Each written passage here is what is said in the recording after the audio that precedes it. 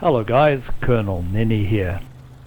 In the last 4 lessons, you've learned how to control the airspeed using the pitch of the nose, and to control your altitude by using the power, and that minor variations in the pitch also have an effect on the engine.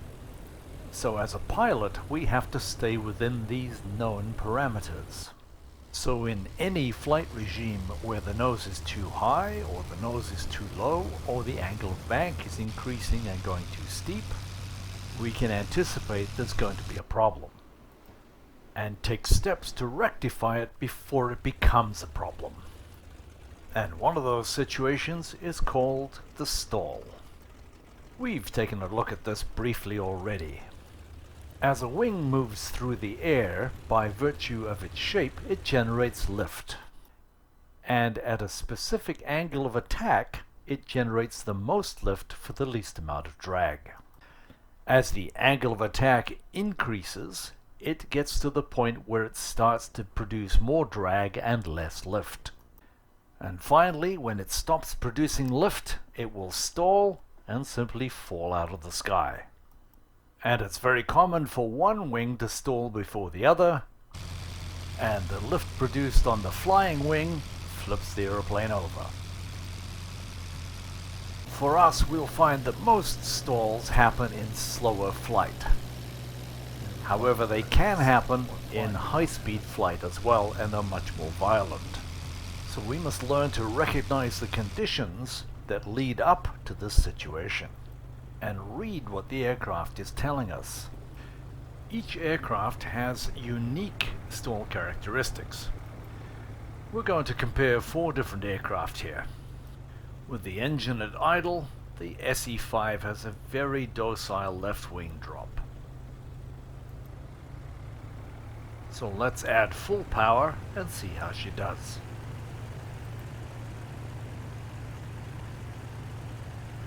With more propeller slipstream providing lift over the wings, it takes longer for it to stall, but when it does, it's a little bit more violent.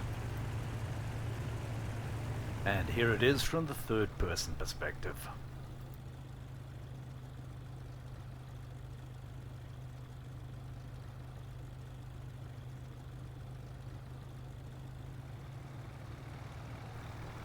And adding full power.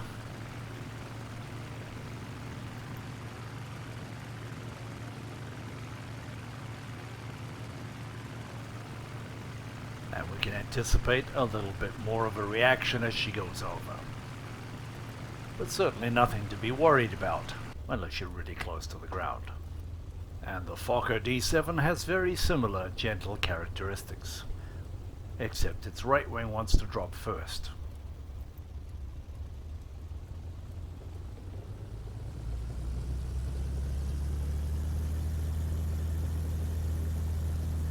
And once more we add full power and get her climbing. And surprisingly, the left wing wants to stall first.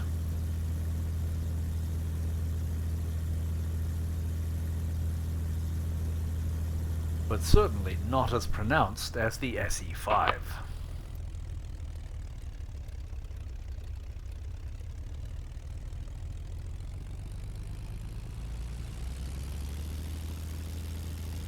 Full power seems to sustain the aircraft in a climb for longer than the SE-5.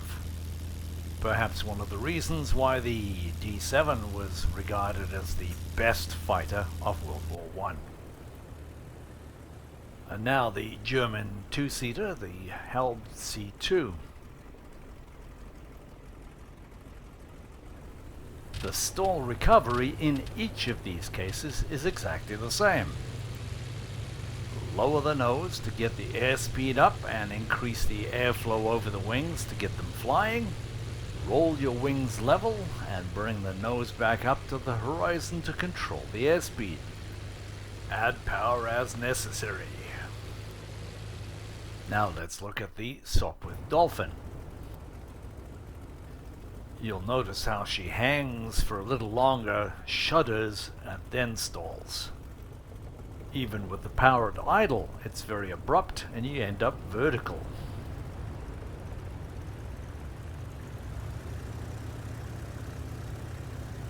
she has plenty of power to keep her climbing up. But at some point she has to stall. And now my normal stall recovery of just lowering the nose doesn't work, and enters what we call an incipient spin. This will progress into a full spin. Hopefully what you've learned so far is that we don't allow the aircraft to get into these situations. An aircraft that is about to stall is an entirely predictable and avoidable thing. With the Dolphin, once the wing's gone over, both wings are now stalled. We're in an incipient spin, which leads to a full spin, and now we have a problem. With both wings stalled, the aircraft is in equilibrium, and it'll happily do that all the way down to the ground. Sadly, no amount of my skill and experience will overcome the aerodynamic forces which are going to kill me. Now that doesn't mean that the Dolphin was a bad aeroplane. You just had to know how to fly it right.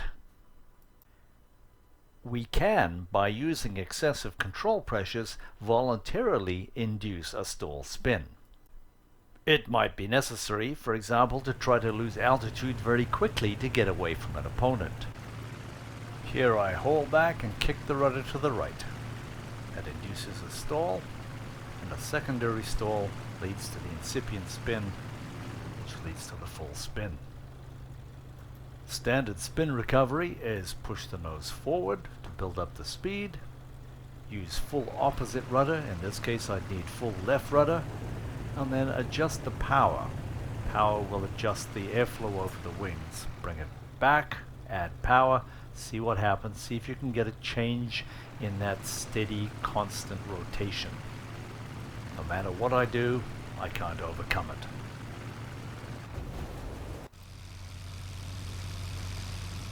The spin begins to develop after my full right rudder entry. But with nose down and full left rudder, we can recover from the spin.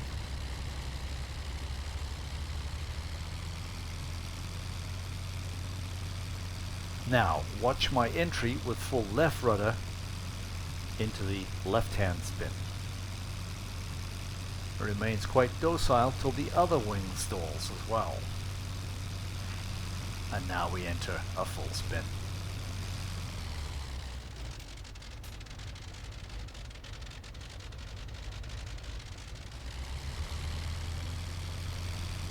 I try the same recovery technique, nose down, full power, power off, pitching back and forth, and I still cannot overcome it. So in the very first stall spin example I gave you, I was able to recover from the spin very easily, even at low altitude. Now why is that? And the answer is because I was able to recover from the incipient spin just prior to it entering the full spin. There's a very good reason why I chose the FALS D3 for you to learn on. Take a look at this. I'm going to try to induce a spin to the right with full power on. Let's try again.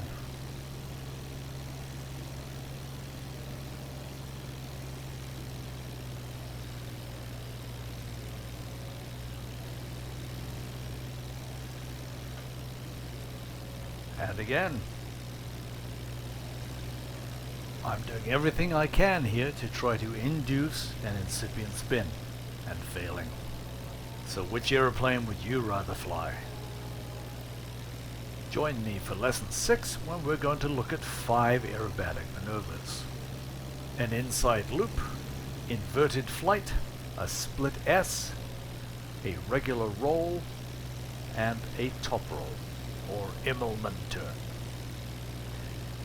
If you've enjoyed this video and get some value out of it, please leave a comment and subscribe and like and all those usual things. But if you want to see more of these videos, specifically with the IL-2 Battle of Stalingrad, I've got about 150 training videos for you to look at. So thanks for watching, guys. We'll see you next time.